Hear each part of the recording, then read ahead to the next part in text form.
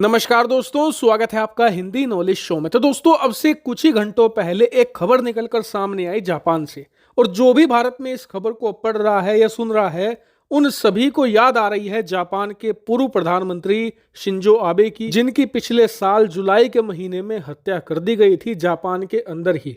और आज सभी उनको याद कर रहे हैं कि यार क्या आदमी था, क्योंकि जब भी कभी भारत डिप्लोमेटिक मामलों में फंसता था तो वो भारत की परेशानी और नहीं बढ़ाते थे, उल्टा भारत की मदद करते थे और भारत का हमेशा साथ देते थे। अब हुआ यह है कि उनके जाने के बाद जापान की राजनीति में कुछ ऐसे लोग आए हैं जिन्हें आप नया चावल कह सकते हैं, जिन्हें राजनीति और डिप्लोमेसी का कुछ पता नहीं होता, लेकिन बस उन्हें यह लगता है कि अगर हम अमेरिका और पश्चिमी देशों की चापलूसी करेंगे तो शायद चीन के प्रकोप से बचे रहेंगे। और इसी भ्रम में वो कुछ ऐसे कदम उठाते हैं जिससे कि वो अपने दोस्तों को ही बहुत ज्यादा नाराज कर देते हैं। इसका उदाहरण मैं आज आपको देता हूं। दरअसल अब से कुछ ही घंटे पहले खबर आई है कि भारत में G20 की जो बैठक होने जा रही है, जिसमें सभी देशों के राष्ट्रपति और प्रधानमंत्री हिस्सा लेंगे, उस बैठक से पहले तमाम देशों के विदेश मंत्रियों का एक समिट होगा। और उस समिट में सभी देशों के विदेश मंत्री ये तय करेंगे कि इस बैठक का क्या एजेंडा होगा,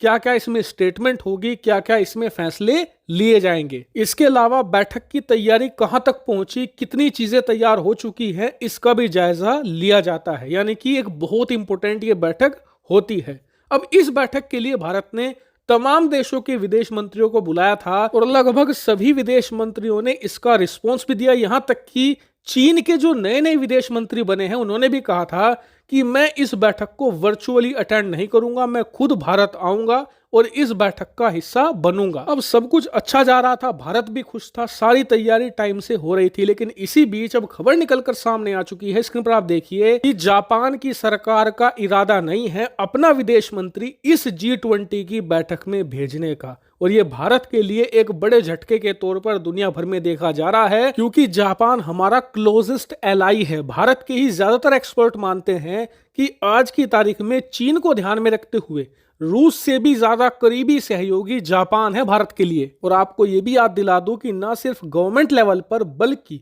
हमारे नेताओं के पर्सनल लेवल पर जापानी नेताओं के साथ बहुत ही अच्छे संबंध रहे हैं। ऐसे में जापान का ये कदम भारत के लिए 100% एक बड़ा झटका है। लेकिन जापान ने ये कदम उठाया क्यों है? कारण है रूस। दरअसल जापान का यह मानना है कि भारत रूस की आलोचना नहीं कर रहा है, ना ही रूस के खिलाफ कोई कदम उठा रहा है। इसके अलावा दूसरा बड़ा कारण यह बताया जा रहा है कि पश्चिमी देश, खास करके अमेरिका, ये चाहते हैं कि भारत पहले तो रूस को बुलाए ही ना G20 की बैठक में, और अगर बुलाए भी तो भारत रूस के सामने ही जो ज्वाइंट स्टेटमेंट देगा G20 देशों के साथ में एज अ होस्ट, तो उस स्टेटमेंट में रूस यूक्रेन युद्ध का जिक्र हो और यह बात कही जाए कि रूस ने यूक्रेन पर हमला किया है और यह गलत है, उसकी आलोचना करे, और साथ ही यह भी कहे कि रूस अपनी सेना यूक्रेन से पीछे हटाए। और भारत से यही करवाने के लिए अमेरिका और पश्चिमी देश तो दबाव डाल ही रहे हैं, लेकिन अब ये लोग भारत के जो फ्रेंडली कंट्रीज हैं जैसे कि जापान, इनका भी इस्तेमाल कर रहे हैं। और जो आज ये खबर आई है, इनकी प्रेशर टैक्टिक्स का पहला स्टेज है। आगे चलकर ये भारत पर और भी दबाव बनाने वाले हैं अलग अलग तरीकों से। हालांकि आपको ये बात साफ बता दूं कि भले ही जापान G20 के जो फॉरेन मिनिस्टर की बैठक होगी उसमें हिस्सा नहीं लेगा,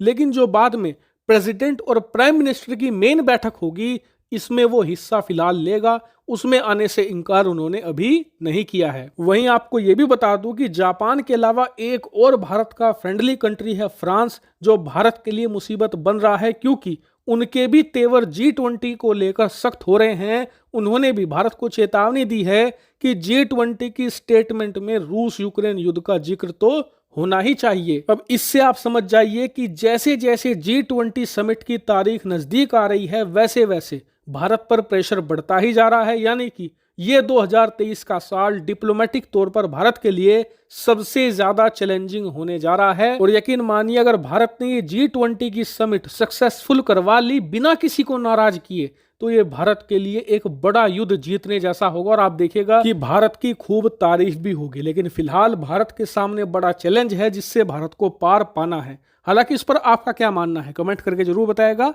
thank you very much for watching video.